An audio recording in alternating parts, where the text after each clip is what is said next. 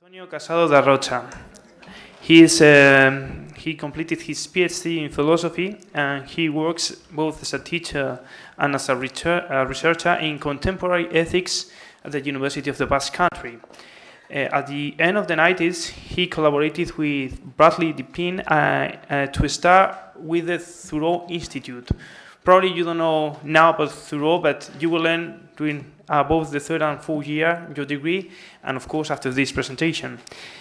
And since then, he has published some essays about Henry Thoreau, articles, books, and so on. He's a permanent member of the Thoreau Society, and he has published Volar in 2016, an edition with José Ignacio Foronda, and he has also written about some notes about Thoreau research related to birds, and he has also published another book entitled Una casa en Walden, 2017.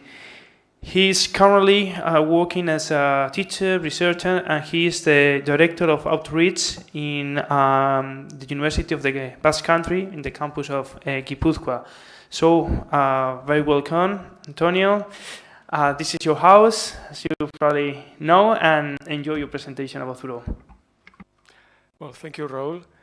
Raul and I, we are colleagues. We hold the same position in Raul here in the Araba campus and me in the Gipuzkoa campus. Thank you for the invitation. It's great to be here. I wanted to start with one question, and I want to be very, very sharp with time. But how many of you have heard about Thoreau, Henry David Thoreau, before? Okay, good. Well, I was very pleased when I saw the poster. How many of you can see where Thoreau is here? Do you see Thoreau? Do you see the guy? Yeah, bottom center, that's him. It's his most usual image. But I told Raul, well, you have made my day, because to see Thoreau with Harry Potter or Gollum and all those iconic figures was something that I have thought before. I mean, I wanted to talk a little bit with you about how myth can help and at the same time disorientate the reader when one approaches a classic. My English is very rusty. I'm not an English language person. My degree is in philosophy. Sorry. I'll try to do my best. This is the original daguerreotype in which most of those iconic images are based. But go back and forth. Who can tell there is a difference between the drawing and the picture? Let's see who is awake enough to see. It's in the opposite direction. Exactly. The way he parted his hair, el flequillo. He used to do it this way, like I used to do it that way when I had hair. Now I'm more like Gollum. But he had a lot of hair, so he used it to do like this. But I have inversed the daguerreotype. The most usual image of the daguerreotype, if you Google this, is this one, the other one. But the daguerreotype is an old form of photography in which it gives you a mirror image. So this is a very iconic picture. It's multiplied all over the world. But with this multiplication comes the error or the change. He was not. I mean, Thoreau. The way he was seen by his contemporaries was this, and not the other one. Okay, this could be more or less the theme of my presentation. I have called it the poet, the naturalist, and the myth. I wanted to begin with the myth and hope to end with the myth, but I wanted to talk a little bit about the poet and the naturalist. But first, in case you haven't heard of Thoreau, that's okay, But this is a nice toy by our friends in Google. It lets you count the number of times, well, the frequency a word appears in their book repository, which is very big, as you know. So, well, Thoreau in English books from 18,000 to almost today is more quoted than Cervantes, for instance. Wow. And of course more than Pessoa, but well, Pessoa has a harder time because he had to begin in the 20th century. But still, Thoreau is very well known in the English-speaking world, right? But well, not as much as Shakespeare, right? Shakespeare is still the, God. So you should know about Thoreau. If you don't, it's all right. You'll still have some time to do that. Okay, Thoreau as myth. A good to see if someone has become a myth. A good way to test it is to look at T-shirts. That's my attitude. Along with Che Guevara and Jesus Christ, probably Thoreau is one of the guys that has made it to more T-shirts. I wanted to give you a sample. Of course, this is a parody of the Obey meme or whatever. This is based on another picture of him. In this, the hair is right. In this one, the hair is not right. Thoreau's, not the girls.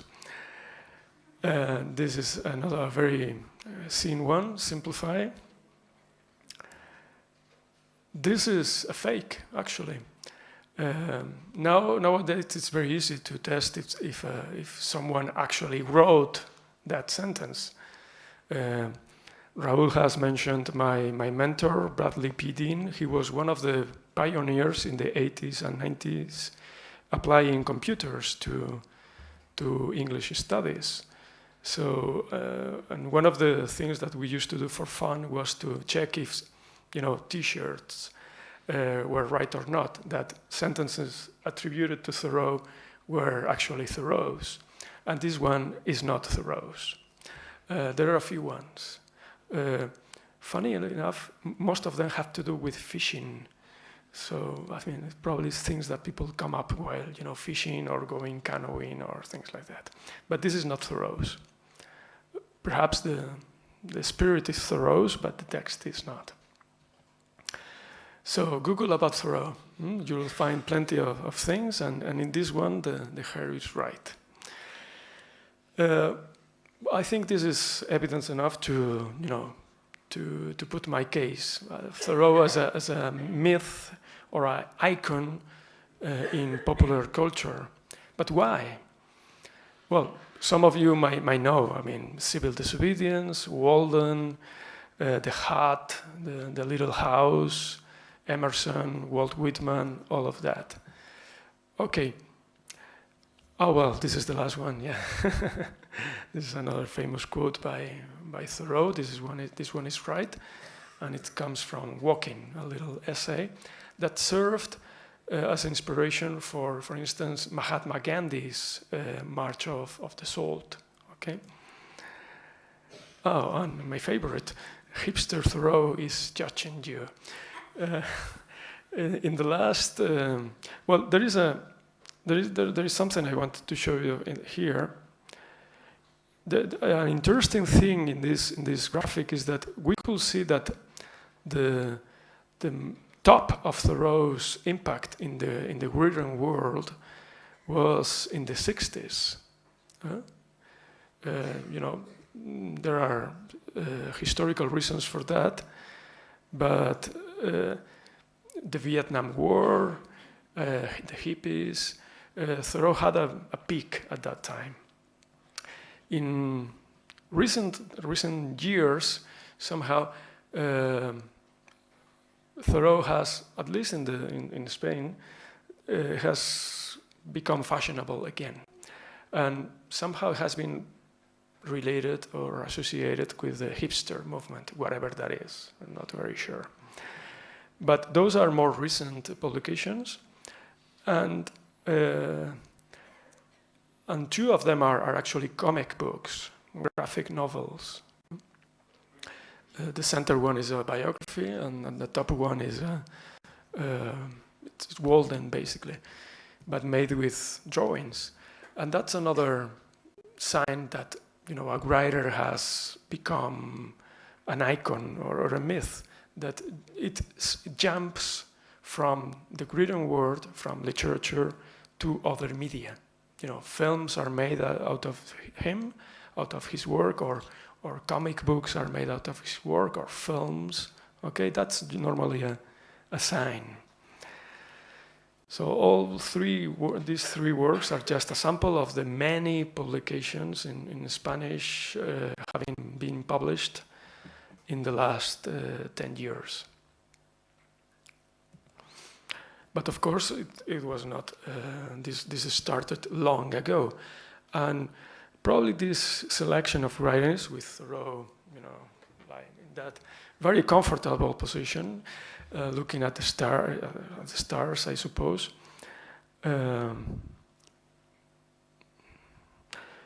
Looking a little bit like a Hollywood character, like Errol Flynn or whatever. This is from the 60s, and there was a big explosion of Thoreau publishing in that time. This is a selection of writings with drawings. And going even further back, we have William Ellery Channing's first biography of Thoreau. This is the first biography ever written about Thoreau by a friend of his. Channing was his neighbor and his comrade and his walking pal. And he was a poet himself, a very bad one. But in a few things in this book, I think he got it right. And actually the title, The Poet Naturalist, for me is probably the best definition of Thoreau that there is. Thoreau was a poet naturalist. And in what follows, I'll try to explain why.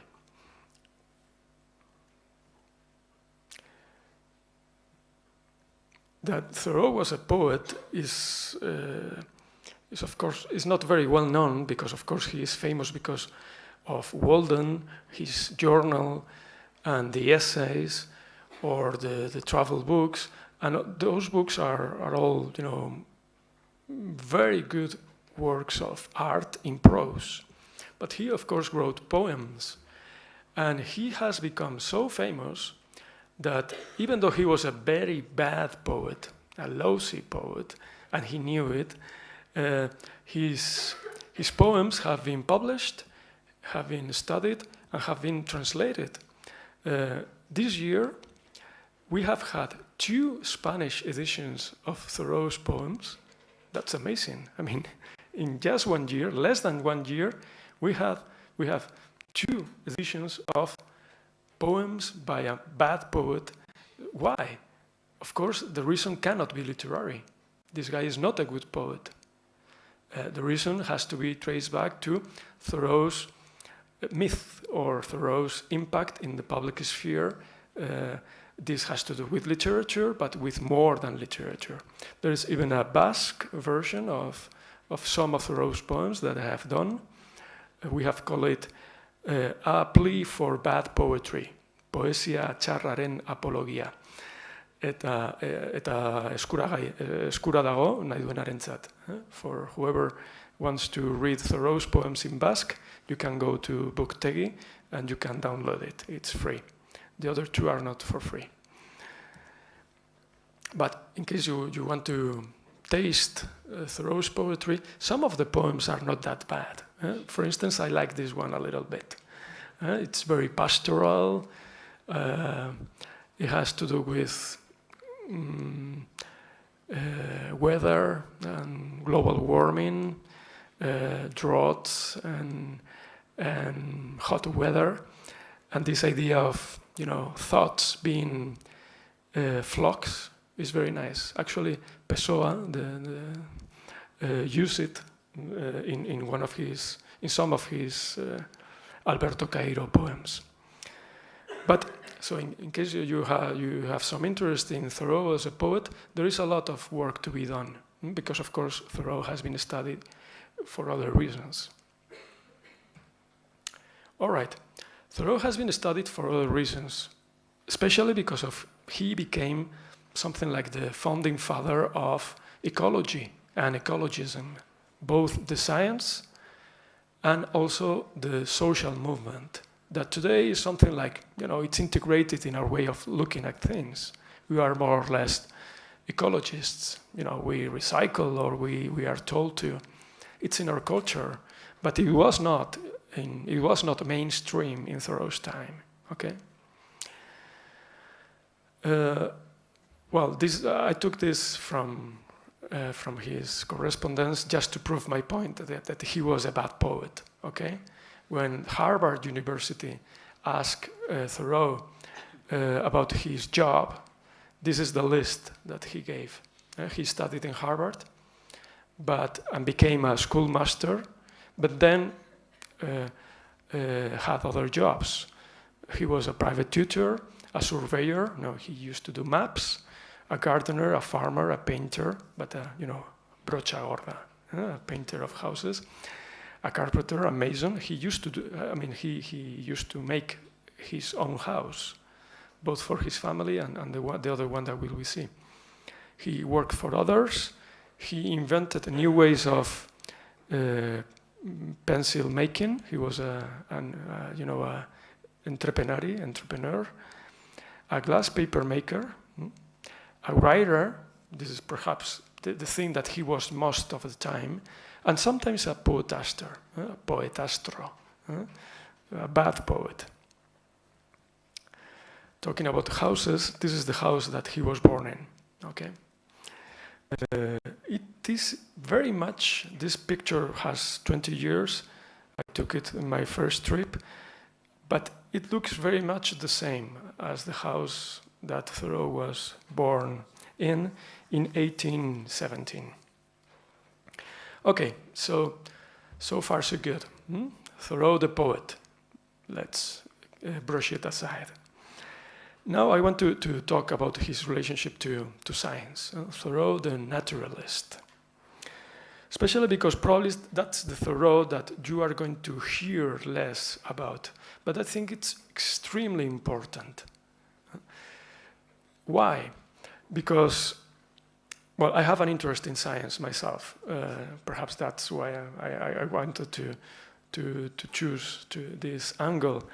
But we should take into account that in the middle 19th century, science was becoming was getting the place, was achieving the importance that it has today. Science was becoming the most important factor in shaping people's lives. Well, that's my attitude. Well, it was displacing religion. Of course, this movement has been completed in our days, but in the mid-19th century, I think it was really turning the tide. And if you read 19th century literature, probably you're going to find that theme all over the place. Of course, it came from earlier, before, but I think it can be visible in Thoreau's work very much. And there is a tension in Thoreau's work, because, you can see the house is not a palace. Thoreau came from a humble family. He was the first person to go to Harvard or to any other university in his family. So he knew that. So you could see an ambivalence in his work between low culture and high culture all the time. So he worked for scientists, but he knew that he was not one of those aristocrats who traveled around the world, getting facts for Darwin to write his book. No. So he was ambivalent about science. So in his journal, I'm going to use a lot of quotations from the journal, he spent much time thinking about whether a scientific account of the world could make justice to the plurality of human experience, including what he called poetry. And he was very bitter about it. So he wrote in 1851, "The man of science discovers no world for the mind of man with all its faculties to inhabit." So science was pushing some things out of our minds, things that were important for him. So the world that science was creating, I'm going to use some pictures for you. Those pictures are from Thoreau country, okay? He was afraid that the world science was making was smaller than Thoreau wanted it to be, because it left out some important human faculties. And it was a crucial time, because just before Thoreau, science was not something made by scientists. The word scientist became after Thoreau. It was not used very much. But however, during that time, 1850s, what was called men of science began to be identified as a distinct group, professionalized, educated in universities, and that group became more and more important and more separate of the other group that used to have power in universities, namely you guys, you faculty of letters people. So what Thoreau watched Susenean in real time was what we call now the split of the two cultures. The culture of letters separating from the culture of the sciences. And Thoreau didn't want it, didn't like it. It was not comfortable for him, and he regretted it in many places in the journal, saying, as in the previous quotation, that it is no longer possible for the same person to see things from the poet's point of view and from the point of view of the man of science. And he wanted to be both. That's why I like him so much. So you could go to many places in his writings. I'm going to use an example to put my point. If we go to the places in which he writes about the perception and appreciation of natural elements such as rainbows, clouds, and generally the landscape, you'll see that what he's doing is, I'm following Daniel Peck, one of his commentators, he's trying to create a new mode of aesthetical apprehension that mediates between science and art, between naturalism and poetry. And the nice thing about Thoreau is that he is shifting between those two poles, those two attractors. So Thoreau is some kind of a mediator. And there are many mythical figures that are mediators, like Hermes, for instance. Thoreau is a guy that is always moving between two worlds. In this case, the world of science and the world of poetry. So, of course, we know that the 19th century is the century of positivism. Is the century in which facts and natural sciences become important. But at that time, Thoreau began to describe landscape or clouds as something not purely natural or cultural, objective or subjective, but as a relationship between subject and object, as a process that is not independent of the observer, but rather interacts with him or her. And this is very contemporary. Actually, that's very postmodern, I will say. But I'll give you an example. Let's read Thoreau about science. I think that the man of science makes this mistake, and the mass of mankind along with him, that you should coolly give your chief attention to the phenomenon which excites you as something independent on you, and not as it is related to you.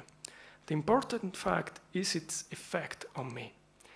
He thinks that I have no business to see anything else but just what he defines the rainbow to be. He is the scientist. The guy that is saying, well, the rainbow is some frequencies, and then the light goes through the water, and Thoreau says, hey, the rainbow is something else, and it's not outside me. I care not whether my vision of truth is a waking thought or dream remembered, whether it's seen in the light or in the dark. It is the subject of the vision, the truth alone that concerns me. The philosopher from whom rainbows, etc., can be explained away, never saw them.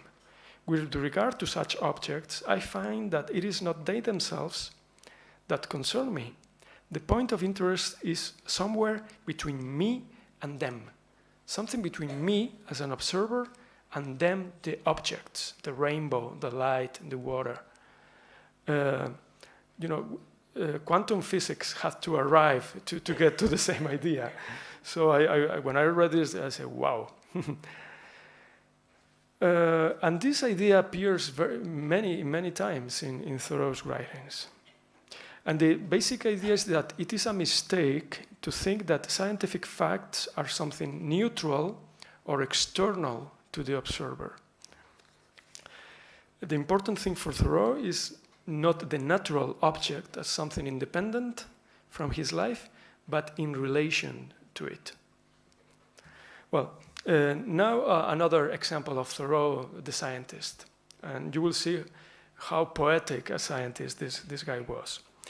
I'm moving to another area of the journal, 1858. And in November 25, it was very cold in Concord, in his place. So cold that the lake froze. And so Thoreau went to Walden Pond, inspected the ice, and found some frozen fish he had never seen before, this. And he took a few specimens and wrote in his journal, I don't know this fish. Could it be a new species? Wow. He went to the Boston Society of Natural History and talked to the scientists there, and they say, well, no, it's actually an old fish, Eneacanthus obesus.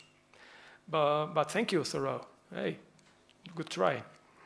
Still, Thoreau was very excited about this, and he kept writing in the journal about this fish he had found. Look at this.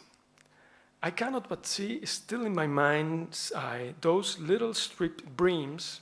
Bream is the fish, musharra, edo dorada, edo lubina, bueno, you have seen it. Poised in Walden's glucose water. They balance all the rest of the world in my estimation at present, for this is the bream that I have just found. It's not like a new bird, a transient visitor that may not be seen again for years, but there it dwells, and has dwelt permanently, who can tell how long. Thoreau had not seen this fish before, but Thoreau recognizes his presence, past and present, like a neighbor, and this brings him a feeling almost a religious feeling. Thoreau knows that the fish, is very different from him, but yet he tries to understand it as a relative, as a contemporary. In his own terms, to think like a dream, like a bream, like a fish for a moment. And to do that kind of job, he says, I can only, to think like a bream for a moment, I can only think of precious jewels, music, poetry, beauty, and the mystery of life. Oh, big, typical Thoreau moment. Wow, begins with a fish and the mystery of life. I only see the bream in its orbit as I see a star. Se le va la olla. But this is very important because what is happening here is that this little fish, for a moment, becomes the center of Thoreau's universe. And so that his previously anthropocentric system or worldview is destabilized. And for a moment, it's not about men, it's about fish, it's about nature, and floats in the pond as the center of the system, of the universe. This is very, typical Thoreau for you.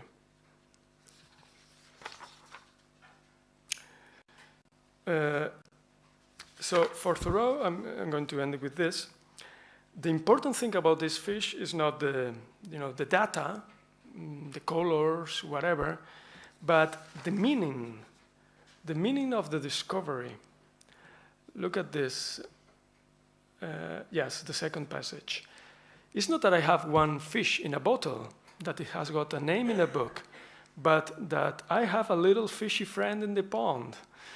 Well, how was it when the youth first... I mean, one can laugh about this. Thoreau and his little fish in the pond. How nice. No.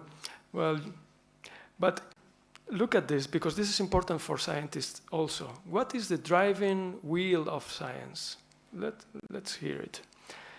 Was it the number of their fin rays of their arrangement, or the place of the fish in some system? Was it what got people doing science in the first place? No.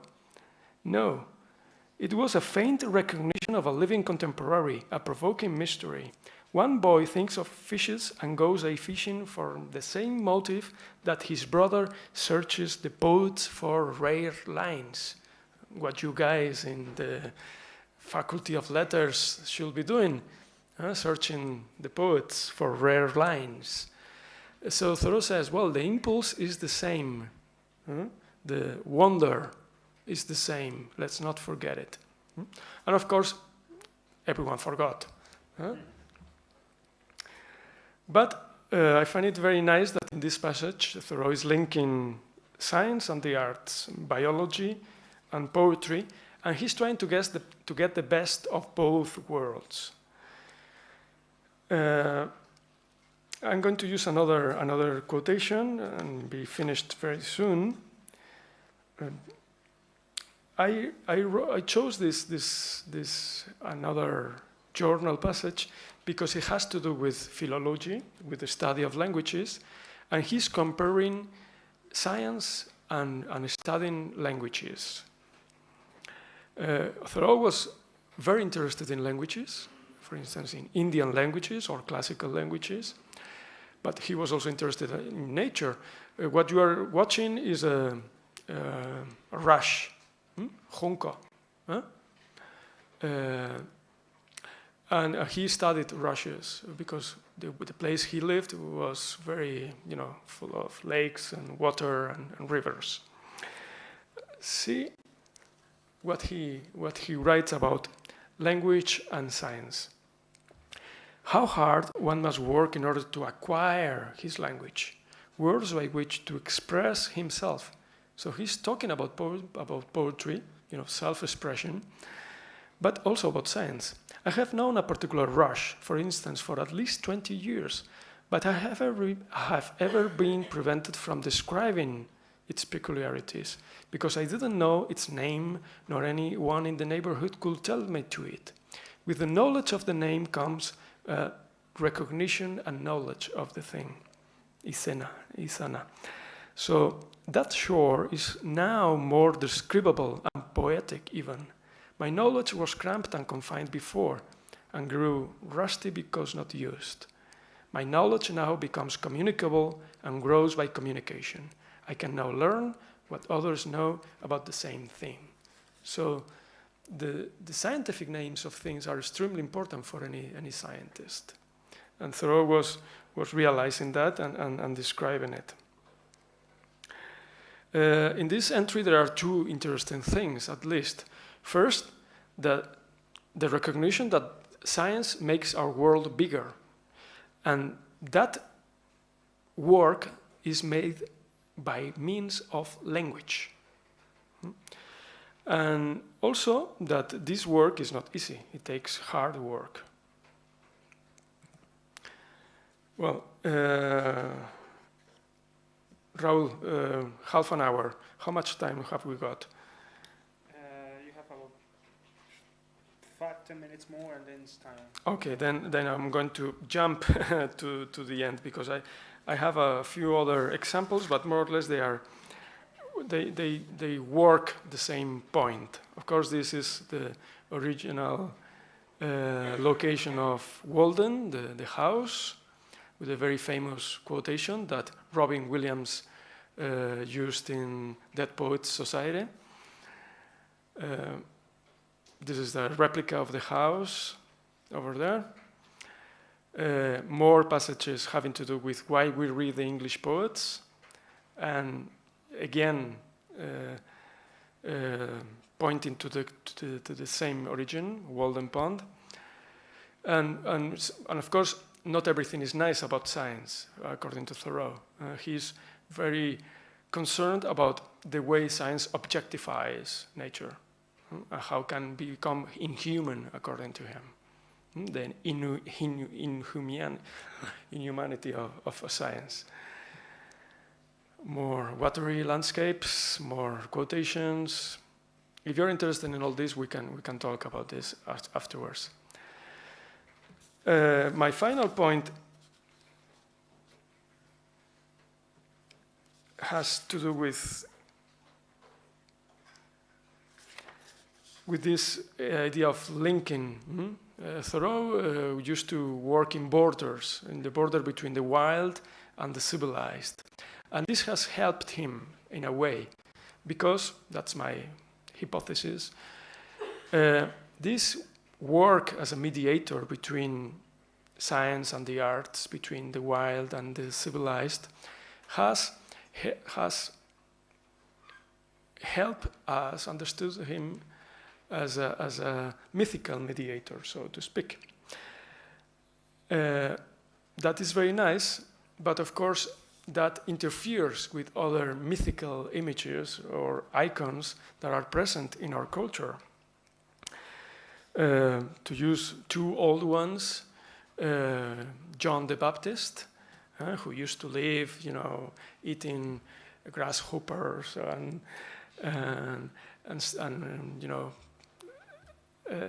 away from civilization, and we all know how he ended, of Robinson Crusoe. We tend to understand Thoreau in popular culture as a new version of those two guys. And that helps making Thoreau famous, but it also distorts very much what Thoreau was about, because we tend to associate Thoreau with the solitary hermit that he was not. I mean, he went to the pond for 2 years and then he went back to his parents' house. But if we associate this with these very powerful myths that, of course, are older than St. John the Baptist or Robinson Crusoe, of course, the idea that the man in isolation, the hermit that goes away from society, voluntarily or not, then we are not understanding fully. But because Thoreau, of course, felt that urge, that impulse, that drive, but it was not all that. And to use, other more modern myths, of course, there is another one being, multiplied by cinema, for instance, that has to do with the pioneer. I mean, not solitary or not, the guy that that breaks new territories, like Jeremiah Johnson interacting with the Indians in the Robert Redford movie, and this is not a work of fiction, because probably you know this film, Into the Wild, that is based in a real life story about a young guy who after college decides to go Thoreau and gets lost in Alaska, and well, I won't spoil the movie for you, probably you have seen it. All of that is in Thoreau, but it's not the full story. So I urge you to go back to the guy. You will find the myth, and you will find more things. So read the guy and be surprised. So I want to be very sharp. I wanted to be very sharp. So with this, I will shut my mouth and be ready to continue discussing and answer your questions. So thank you very much.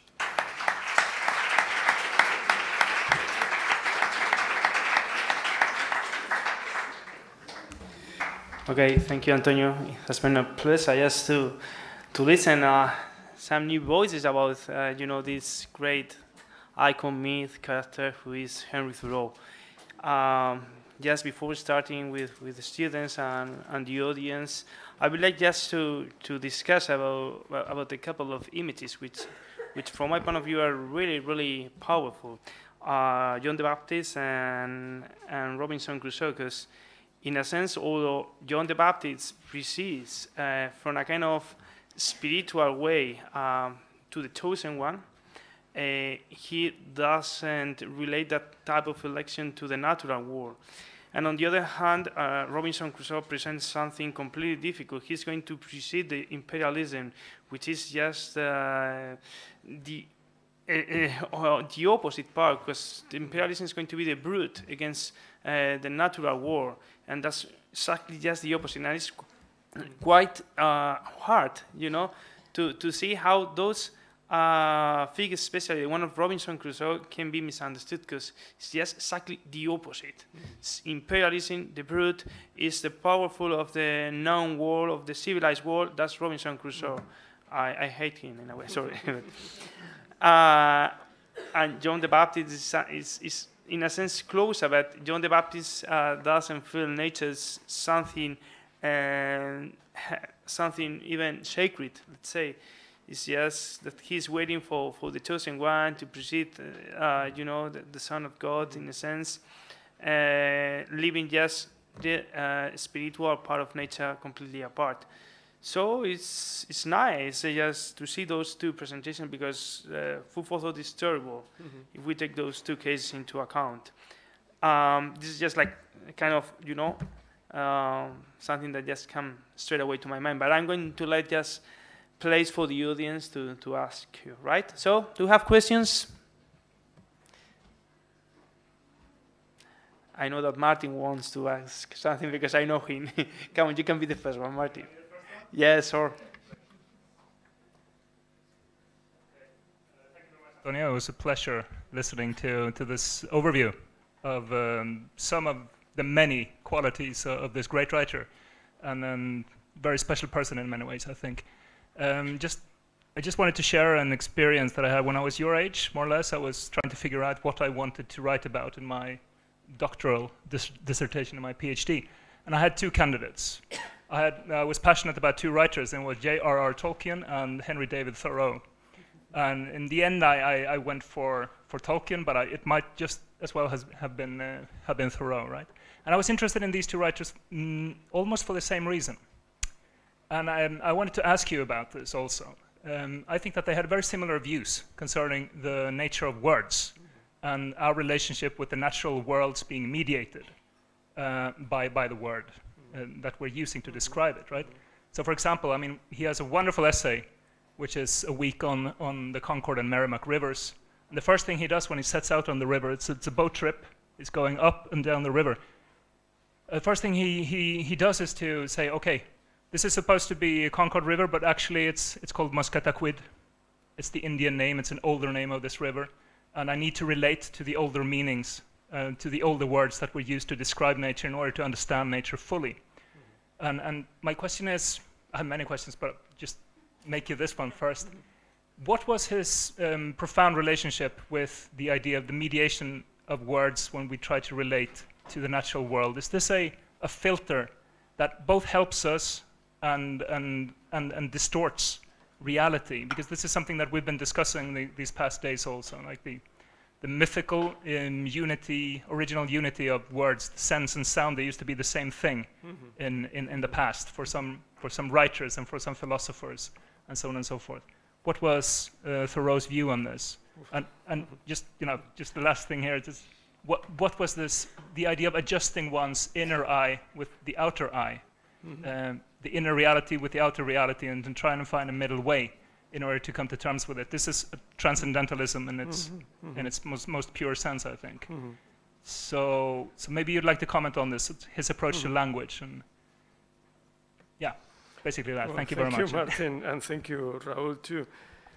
Well, first, a word of caution. As I said, I'm not a professional. I'm just an amateur.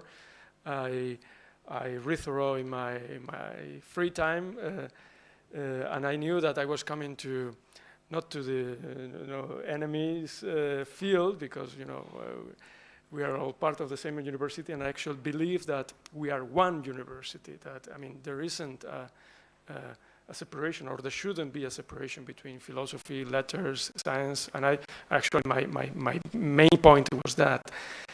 But still, I'm not trained as a philologist, and of course it was very bold to put together, Saint John the Baptist and Robinson Crusoe.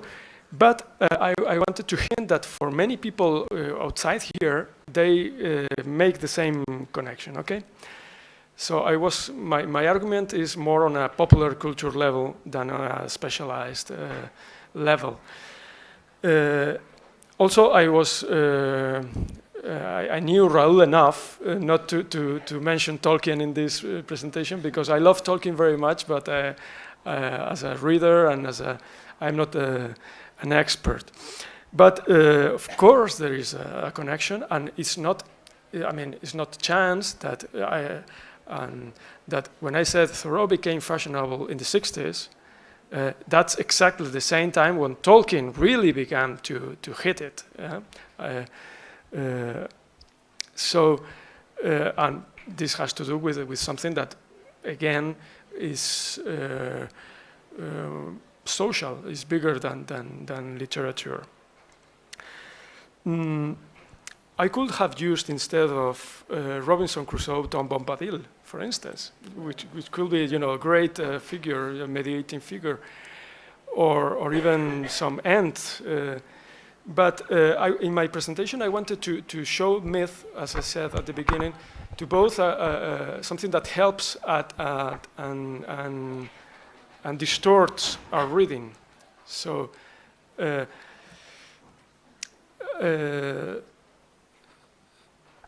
So trees, for instance, are, if you read Thoreau about trees and you read Tolkien about trees, you could see that your point, Martin, is perfectly right. They shared a special sensitivity towards the natural world, and you could see it. I mean, both talk about trees as if they were people. I have in mind one particular quotation about Tolkien and a tree that he had, by his office and so on. How about the differences? Because there are differences as well. Well, I say, Thoreau is an American. Tolkien is English. Tolkien was Catholic, and Thoreau, in his way, was a very religious man. And even though he broke with, the conventional church, he was an American Christian at that, in the sense that he was soaked in Christian culture, and you read Thoreau, and he's using all the time materials from the Bible, for instance, and other religious traditions, of course. But in a way, probably Thoreau is more random and chaotic and anarchistic than Tolkien, because, for instance, even in his way of relating to the natural world, Tolkien is a Catholic to me, in the sense that, you need to an army of trees, you need the ants, you need the shepherds. That's very Catholic. I mean, you need the church as a mediating institution between humans, between the people and the other. While Thoreau didn't want that mediating institution. He broke with the church. So his relationship to the natural world is rougher. It's more, he feels the urge, he feels the call and goes, but then finds disturbing things and goes back. So he's going back and forth all the time. There are several passages that could, support this hypothesis. So in a way, Tolkien for me is more stable, and gives you a full worldview that I appreciate a lot. But Thoreau, in Thoreau, there is no conciliation. Well, after all, Thoreau died very young, died when he was 44, and probably the best of his work was still to be done. So we never know. Sorry about this very long answer. Okay, more questions? I completely forgot to mention your interpretation of transcendentalism, which I agree with. So that's why I haven't said anything. Connecting the inner world with the outer world, connecting the poetry and the stars through fishes is very much what Thoreau is all about. So. Okay. Any other question here? Yeah, Andoni? This is going to be the last one. Well, thank you very much for your talk. I thought it was very concise yet very informative, and especially for third-year students, I think it was a very practical introduction, as well as very informative and very time-saving, to really get to understand more or less the figure of Thoreau. Well, now moving on to my personal question. We've been talking about in previous talks how myths tend to be misunderstood by the general public, politicians, etc. So I would like to ask you how Thoreau has been misinterpreted, especially in North America, if you've got a personal opinion. Well, in each and every way, or in a multiplicity of various ways, but partially because of his fault. I mean, Thoreau was not a scientist in the conventional sense of the word. He was not a philosopher. Hi, Luis. We have a philosopher here, one of my teachers when I was a student. I'm very pleased to be here. He was not a producer of systems, not like Hegel, who was writing more or less at the same time. His concern was not with consistency. His friend Emerson said, and he has been repeated many times before, that consistency was the hobgoblin of little minds. Okay? Well, so Thoreau and Emerson and all those transcendentalists were not afraid of contradicting themselves.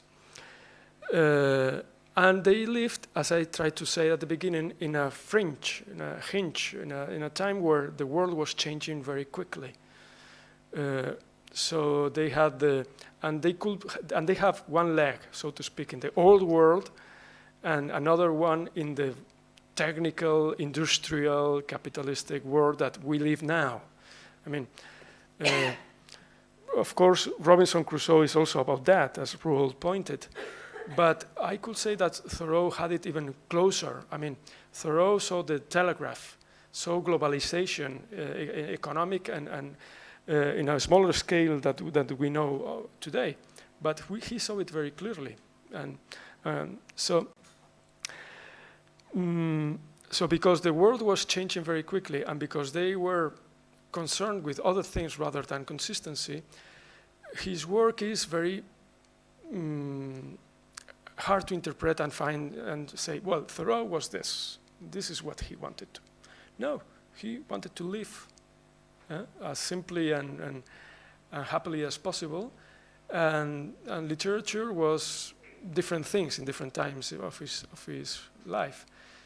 So you could, and he was not afraid of writing for himself, because most of his writing was for himself and a small group of friends.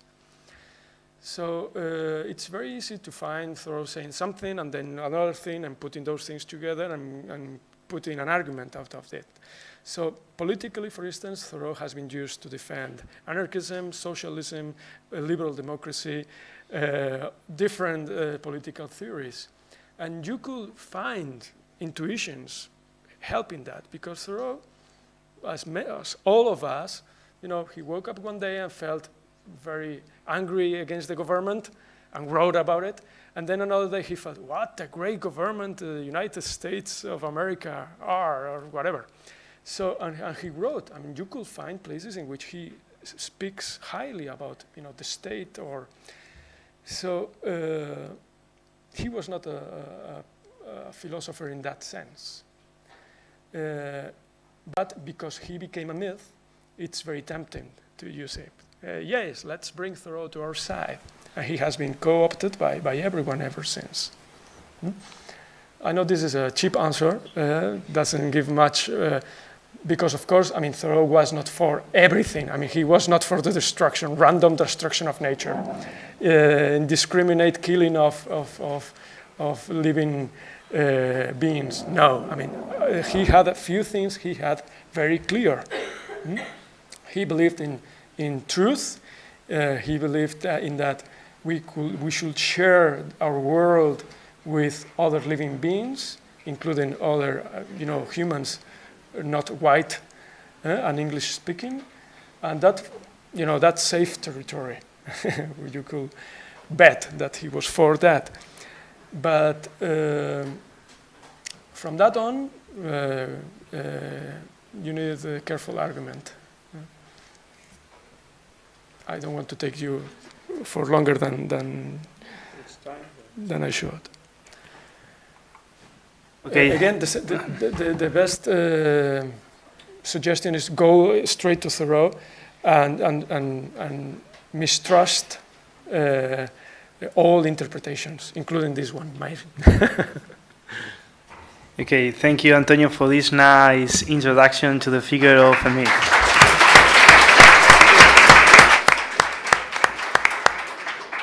And just before finishing, I would like to say thank you again, for being here. Thank you to Martin, who has been coordinating and directing everything with me, and also to Andoni, who has been doing all the hard work of being the secretary. Also, Maggi, Aitor, Belen, John is there. Yes, he's hiding behind. And Ekaitz, who is not here, but he's just maintaining our webpage. Thank you for being here. It's a pleasure. And I will see you on Friday, most of you. Take care. Bye.